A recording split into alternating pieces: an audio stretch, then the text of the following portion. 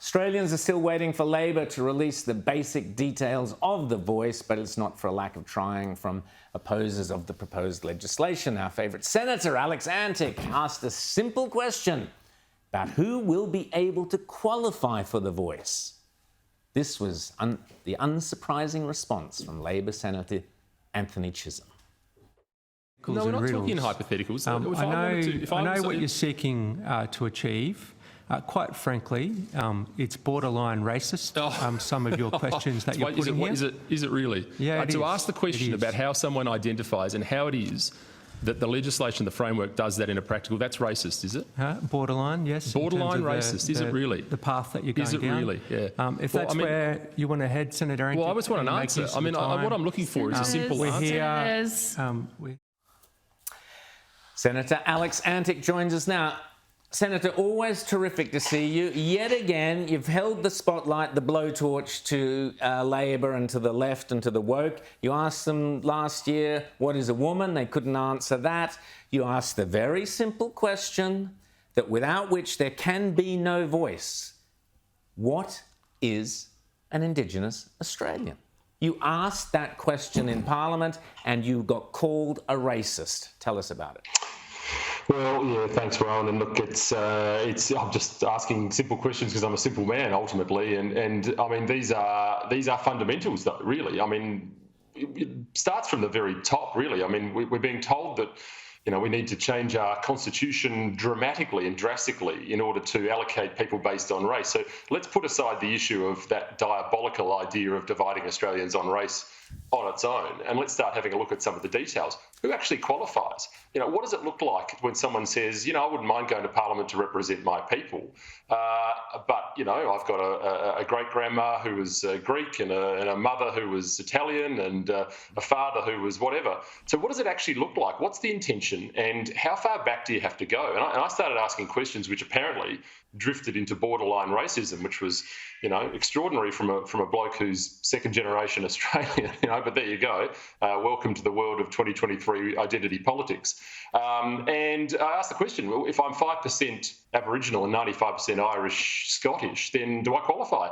Nobody could answer that. All I got from the 60 bureaucrats in the room was assertions about there being a long-standing test, a 3-part test, which all basically comes down to people self-identifying and being accepted by their community. Now, that raises so many issues. We won't have time to talk about them all today. But take, for example, what happens if you genuinely are a person of Aboriginal descent, but your community rejects you because you share a different political view? Do you then just not become Aboriginal? And this is the problem with breaking Australians up by race. As you said in your introduction there, it's absolutely insidious. I go to Parliament because I'm an Australian. It says so on my passport. We're all Australians. People need to say, I say no to the voice, and rejecting the voice and saying no to the voice does not make you a racist. Rita. Well, I saw that footage that we played and other discussions during that same day have gone viral, and the activists are pushing it very heavily on social media, being outraged by your questions. But like you said, it seems like we're in this perverse situation where anti-racism is considered racist. If you want to treat everybody the same based on their character, not their ethnicity, that's now racist. And what is being understood to be racist is apparently now virtuous and what we should all be doing blindly. I mean, where are we in this country? Look, it's very, very confusing, Rita, confusing to normal Australia who are just fed up with this nonsense. And you're absolutely right. You're over the target. You've hit a soft spot when Twitter starts reacting in the way it's done. That is when... Yeah, that's exactly right. So, but these are questions that should be being asked by our political class, by the way. And part of my frustration is I spent a bit of time in the week prior with Professor Peter McCullough, who's an eminent cardiologist from the United States, who came here to talk about the COVID situation and what had happened. And he said he came to Australia on the assumption that Australians were like Steve Irwin and I would say Albie Mangles, being a child of the 80s. And he turned up and effectively every Australian was just getting a rainbow flag waved in their face, getting called a name, and they're shying away, oh, don't touch me with your... Yeah, that's the problem. This country has got to toughen up, and it involves getting people back into the culture, pushing back on this stuff respectfully, having the argument, doing it in your corporate boardroom. I've said it on this show 1,000 times before, and getting involved in the political process. We need to get people into Parliament that stand for these issues, that push back on them. We did it in South Australia. 18 months ago, I started on the potentially career-limiting, job-destroying path of trying to reintroduce Conservatives back into the Liberal Party in this state. We've done it from the ground up. We've introduced thousands, and on Friday, we as a result of that, we elected Ben Hood, who is going to be the Ron DeSantis of South Australia. Ooh. Watch out, lefties. Fantastic. call. You heard it here first. You heard it here first. James. Big call, but Alex, Senator, I want to ask you about, just go back to that hearing that you had over the voice and everything. Now, I got to say, if they did any more gaslighting on this thing, it would trigger the safeguard mechanism, okay? That's how big the carbon emissions would be. But are we saying now that should this thing get up, and it's looking less likely by the day, but if it were to get up, that the AEC, the Australian Electoral Commission, would have to have a separate roll of voters who are identified as being Indigenous Australians, and that therefore we would have the government, the federal government, and a respected, one of the world's best administrators of elections, dividing us by race? Yeah, well, you tell me, James. Nobody seems to know any of these answers. I sat for 15 minutes almost trying to get answers like that during that Senate estimates questioning, because they are very relevant questions. And I don't know the answer to that, but I presume they would have to. And so the question then becomes, who qualifies for it? What does it actually look like? You know, we've had instances, time immemorial, where people have identified as Aboriginal who actually aren't. That's not fair to genuine people of Aboriginal and Torres Strait Islander descent. This is not some sort of great big bureaucracy for the benefit of inner city woke white people, and that's what it's going to become. It's as simple as that. So there are so many questions that we don't have time to cover them all off. That is a very good one, and I'd like to know the answer. Now, so I want to get this straight, in who can participate in the voice process, vote, and also be a representative. So say I'm a woman who lives in a remote community. I'm not Indigenous by heritage, but I've married an Indigenous man. I've given birth to Indigenous children. I work in the Indigenous community. I advocate on their behalf. Am I able to put my hand up and say I want to be a representative to this voice to Parliament?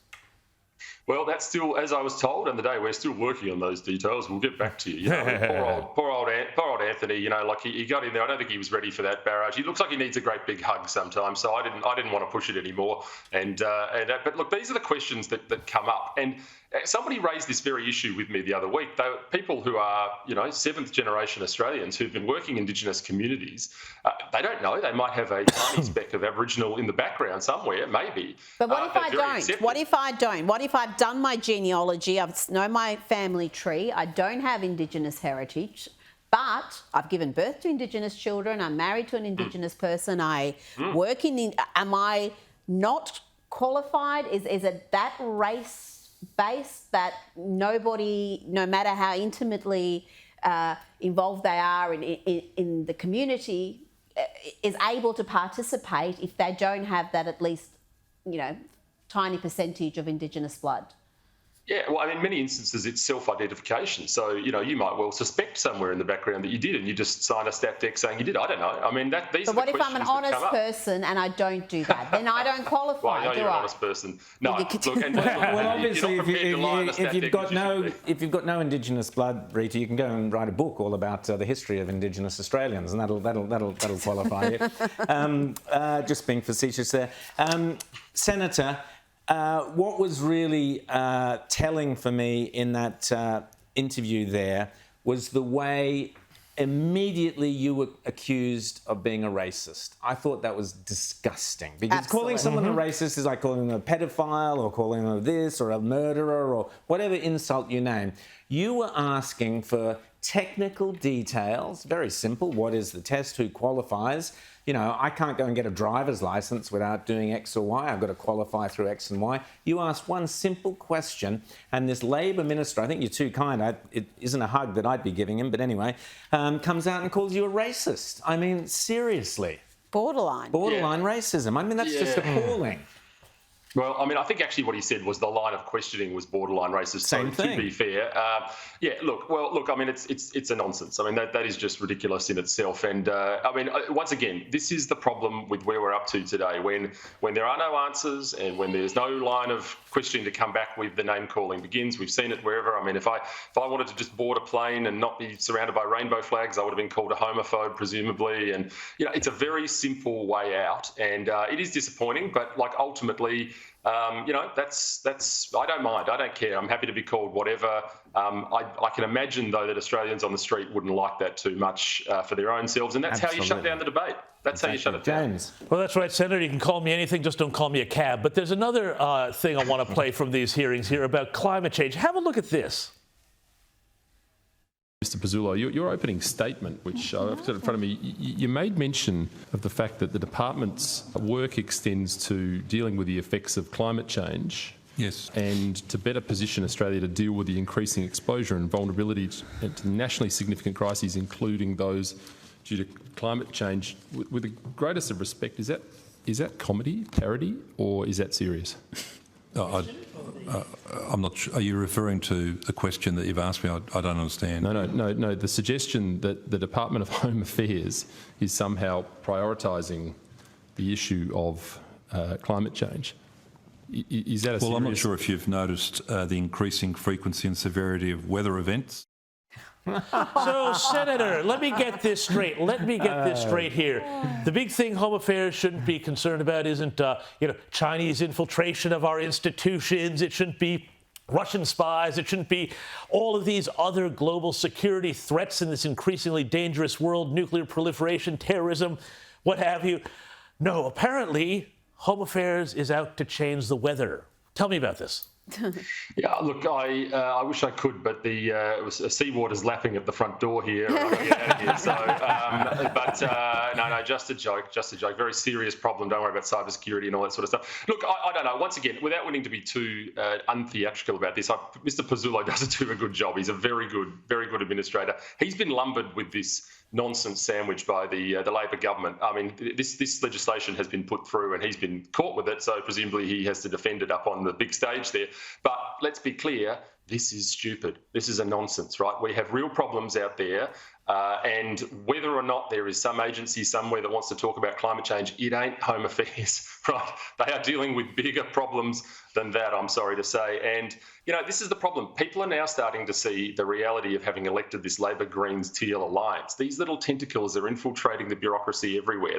They are. And in fact, you ever want to see a better example of who's running this country, come to Estimates during an Estimates week and come down to the cafeteria and look at who's running the country. This country is run by the unelected now. We are seeing them getting infiltrated with this stuff. And, we need a strong political class. We need people to get involved in politics and elect strong leaders to control this bureaucratic class as well. Absolutely. So I don't know. I cannot tell you. I don't know.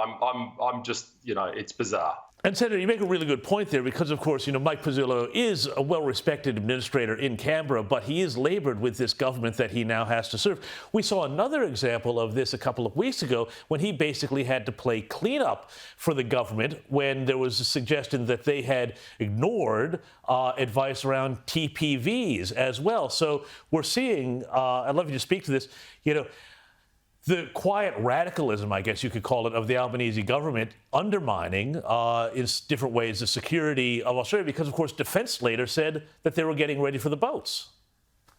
Yeah, and look, I mean, it's creeping across the entire bureaucratic class. You can almost feel a sense of relief 9 months ago amongst them. There are obviously many very good bureaucrats out there as well. But, on the whole, Parliament House in Canberra is now starting to look like Ultimo in Sydney now. And, there's a dress code now and I don't fit in. I've always, of course I'd be an odd fish out. But it's true, they are... There's a very different agenda that's permeating through, and the real power, just like it was in Yes Minister, for everyone that watched that back in the good old days, nothing has changed except they're bigger and badder now. And, there are more of them, and they wield an enormous power in this country, and you can see it in almost every single department, of which there are far too many, by the way. Well, one department, of course, is the health department. This is the health department that Alex, last year, you asked them if they could tell you what a woman was, and they fell all over themselves trying to do that. Well, on the question of vaccines, you asked some pretty simple questions about their vaccination status. And, you know, you've got people who lose their jobs at airlines and supermarkets and elsewhere on the basis of the corporations being allowed to access people's private health data. Yet here, the health boards themselves took offence, took umbrage at you asking them their health data. Have a listen. Is it your position, therefore, that these vaccinations are still safe and effective? Yes. How many injections have you had, Professor? I have had 4. I'll answer that personally. I've had 4, and I will have a 5th soon. Would you be prepared I've not had COVID infection. Would you be prepared to disclose your immunity register records? I'm happy to. I've had both the AstraZeneca vaccine and I've had the Moderna vaccine, Senator. But, and Professor Kelly, I don't know what else. I ask the same question of you. I'm just electing to share that. Senator, I think that's private. Sorry, there's a bit that goes on after that, which is where the other two refuse and say this is private information, you shouldn't be asking this, and you're basically shut down there, Alex, simply for asking those questions. To your point about the bureaucracies being so powerful and now so politicised, you know, where is this going to end up? How does the average Australian get to, you know that their representatives in Parliament can actually control the bureaucracies? Well, look, as I said earlier, Rowan, it gets, in my humble opinion, it gets through by people getting involved in the political process, by getting involved at grassroots level, at branch level. I would love people in South Australia that are fed up to join me inside the party and to continue to build the membership, who go to AGMs, who build delegates to our state council, who elect people like Ben Hood, and we rinse and repeat.